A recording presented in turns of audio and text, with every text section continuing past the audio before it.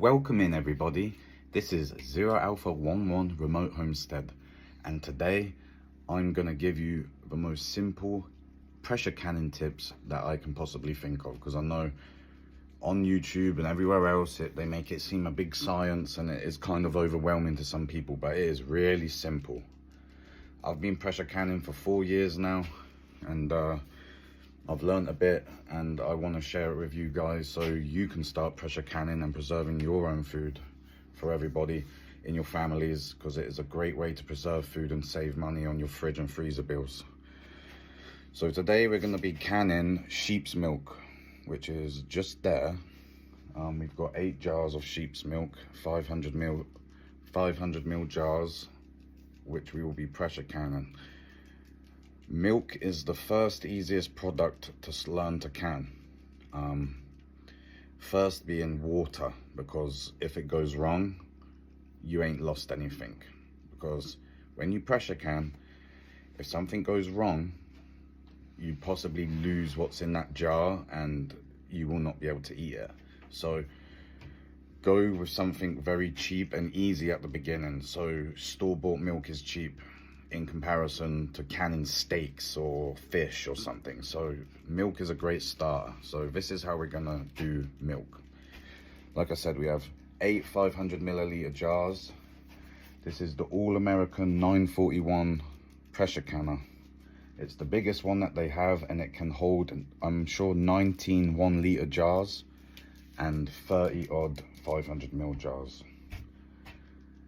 I've got some water in it, about 1.5 to 2 inches of water inside, and also that plate that keeps the jars off of the bottom. You need to have that, because if the jars are in full contact with the bottom of the canner, they're going to crack with the severe heat. So that's something important to do as well. Obviously follow your rules of your canner. This is an all-American canner. It doesn't have a rubber gasket for the lid and for the seal from the lid to the canner. It's all metal contact, so you actually have to lubricate this up. You lubricate the inside of the rim. I use Vaseline. Some people use olive oil, whatever you want to use. I like Vaseline just because I feel like it is a thicker lubricant and stays longer whilst I'm canning. These are other things that you have. This is the weight. This what basically sets the pressure for your canner depending on your elevation. I'm at 997 meters above sea level. 1,000 meters and above, you have to use 15 pounds. Obviously I'm just under by 3 meters, but I'm closer to the 1,000 than I am the next one. So before you pressure can, make sure to search where you live in Google above sea level elevation, and then that will tell you what to set your weight to. That's very important, because this sets the pressure, which does obviously the business. So once you've got your pressure canner with water in it, I use about 2-3 inches of water, 1.5 inches of water, depending on what's inside. It can vary, it doesn't really matter, just at least there's 1 inch or 2 in there of water. I'm gonna add the jars in, and I'll see you in a second once I've added them in.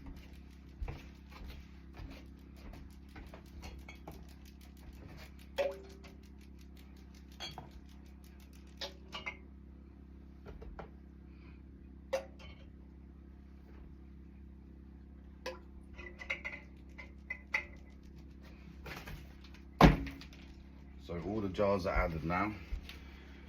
Next thing I got to do is lubricate the rim for the lid to go on. So now I'm going to grab a little tub of Vaseline and just rub it around the rim, and I'll show you after how to do the lid and what I have to do on this canner to make sure that the lid is good.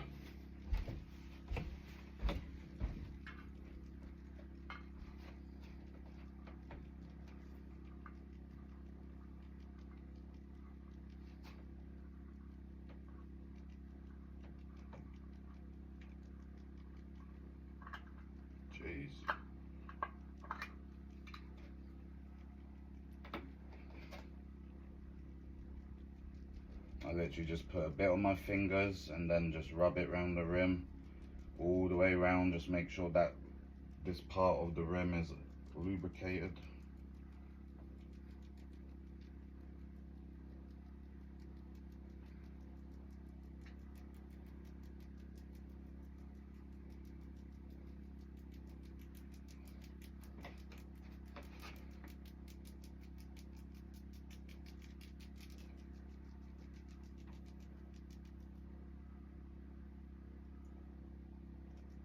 Alright, that is done. So all pressure canners do up different, but this is this pressure canner, the 941. The lid sits on and then you twist, and then all them clamps, you got to clamp them up, but I'll show you what I do. This can be a little monotonous at the beginning because you've got to get the lid flush. If you tighten one side down a little too much, it will slightly be offset and it won't be the correct seal for the cannon. So this is what I do.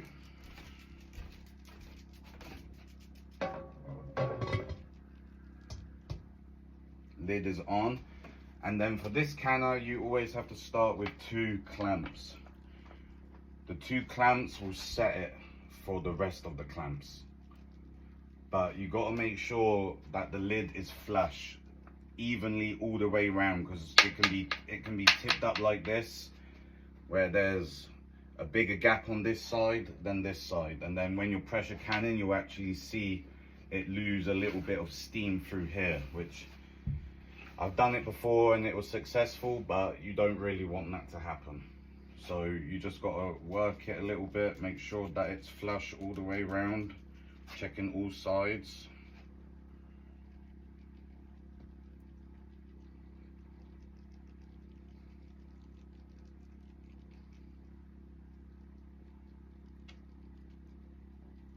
And then you start with the clamp, this clamp up, and then this clamp up.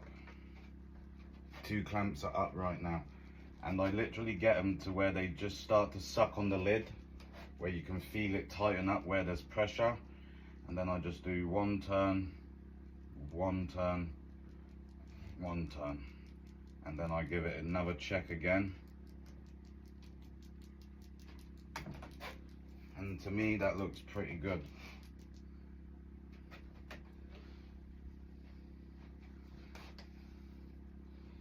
That looks pretty good to me. So I'll just do it up a little bit more. And now, because these 2 are set as hard as you can go, like hand tight as hard as you can go, when you do the others up, it won't move it.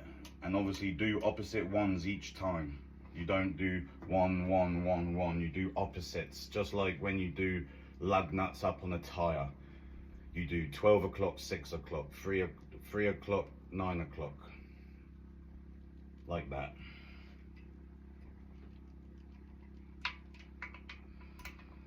And then that allows it to be an even set all the way around.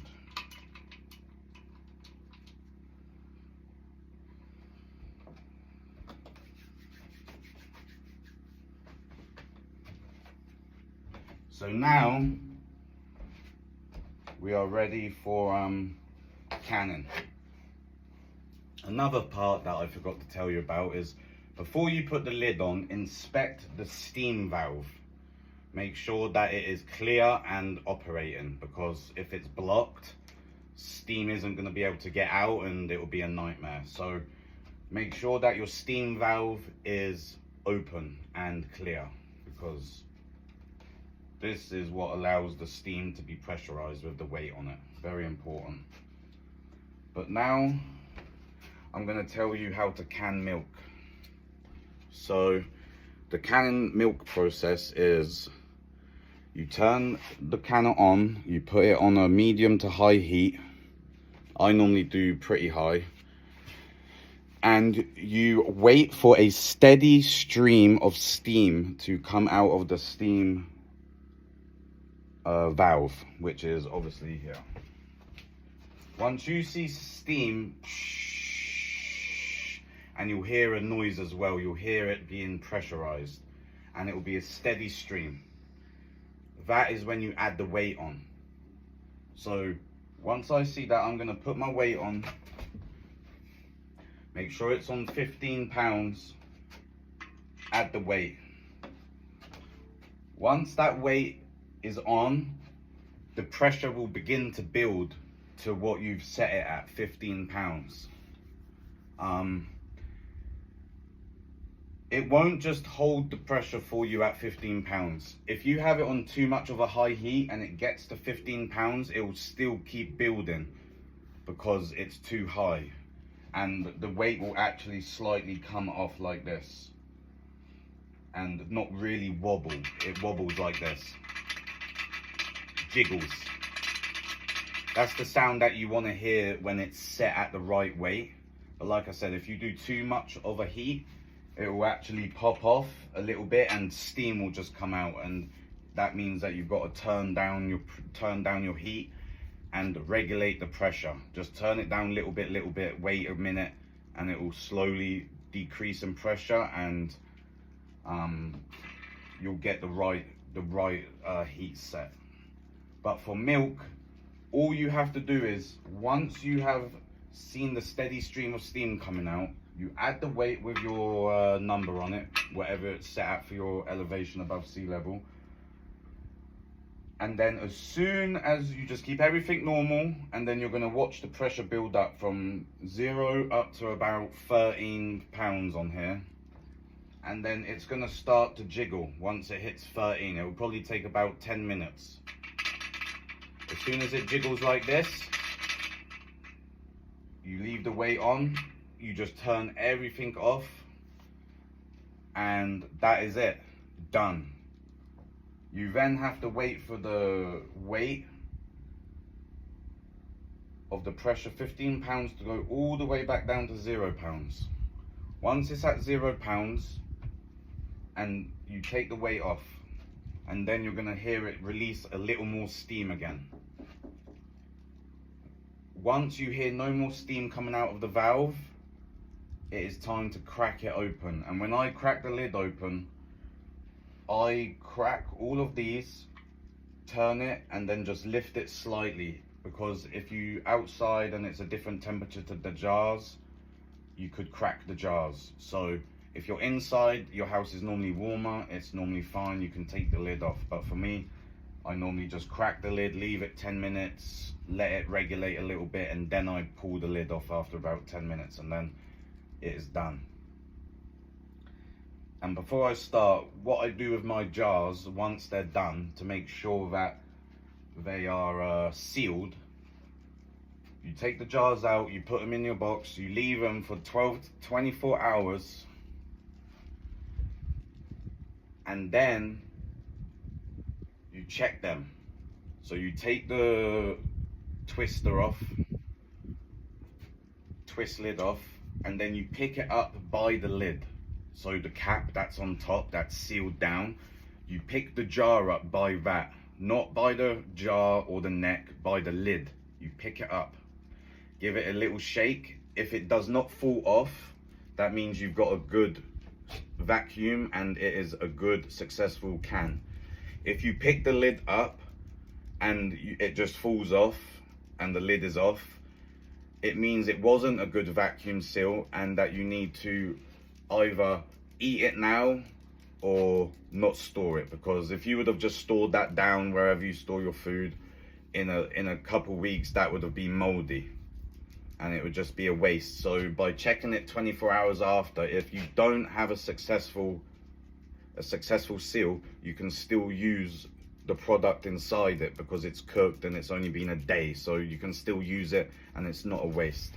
Whereas if you don't check them, you're just going to throw them in the basement or the cupboard and then come back to it, and it was just a waste of a meal. And sometimes it's not your fault why they don't seal. Sometimes they don't seal because it's a faulty ring lid. Like, they don't make them like they used to back in the day. The rubber that goes around the ring is very thin, and if it's ever damaged or not on there properly, it will not seal properly. I've had odd ones not seal during my time, and yeah, so let's get this thing cracking. I've done enough waffling here, 15 minutes of chatting.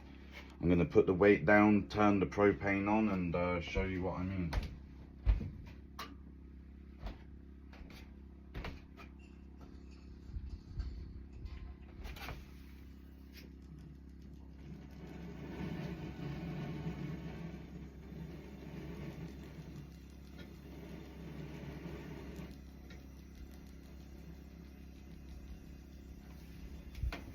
Okay, that's the cooker on. Say hello to my little doggy Artemis. He's chilling while we're canning. So I'm going to let that build up. It's going to take probably, I don't know, 10 minutes. The smaller the canner, this is the biggest canner, so this takes a while to pressurize inside because it's such a large space, whereas if you had a smaller one it would be much quicker. But on the other side of that, I can can a lot more at once, which saves in the long run. But for small batches like this, it's a bit of an overkill using this big one, but I've only got the big one, so we just make do. But this is going to take a little bit to pressurize. I'll come back when it starts releasing some steam.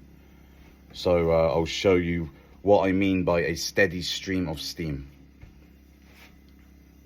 So right now, you can see it's not really steady, but the steam is slowly coming up.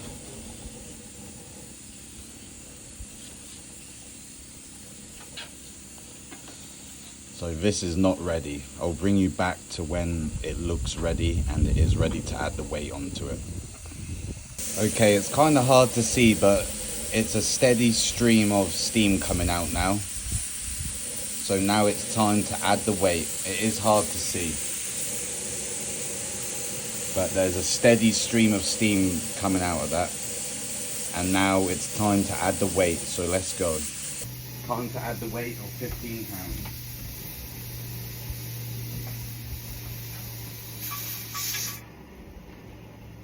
Okay, so now the weight is added on. We wait for it to build up pressure to 15 pounds. As soon as it starts to jiggle, turn everything off. I'll bring you back to just before it starts to jiggle and we can hear what it sounds like and recognize what we've got to do. Hello to my doggies. So we've got Mr. Artemis, Mr. Ash, and where's my Gigi? Where's my Gigi? So you'll hear now, you can hear it starting to spit. The pressure is starting to build up in the weight there. You can hear it. As soon as you hear that jiggle, turn it off, because that means we're at pressure and that is the end of the cook for the milk. Here, there we go. That jiggle, that means we're at pressure and now everything is done. Now let's turn her off.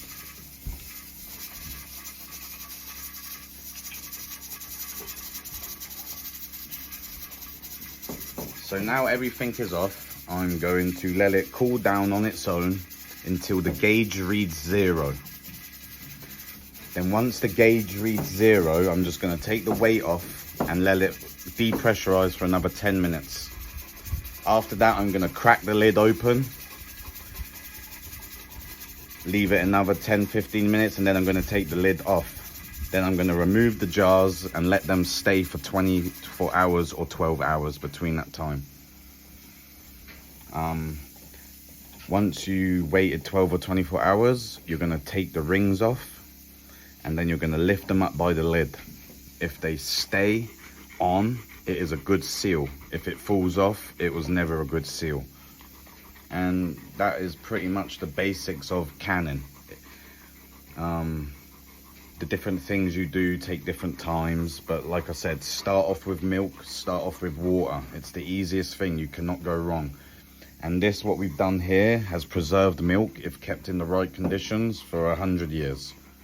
So I hope you enjoyed the video. If you've got any questions, write them in the comments and I'll be happy to answer. Or if you feel like you would like some different videos from me about canning, let me know and I will also do that too. See you later, everybody.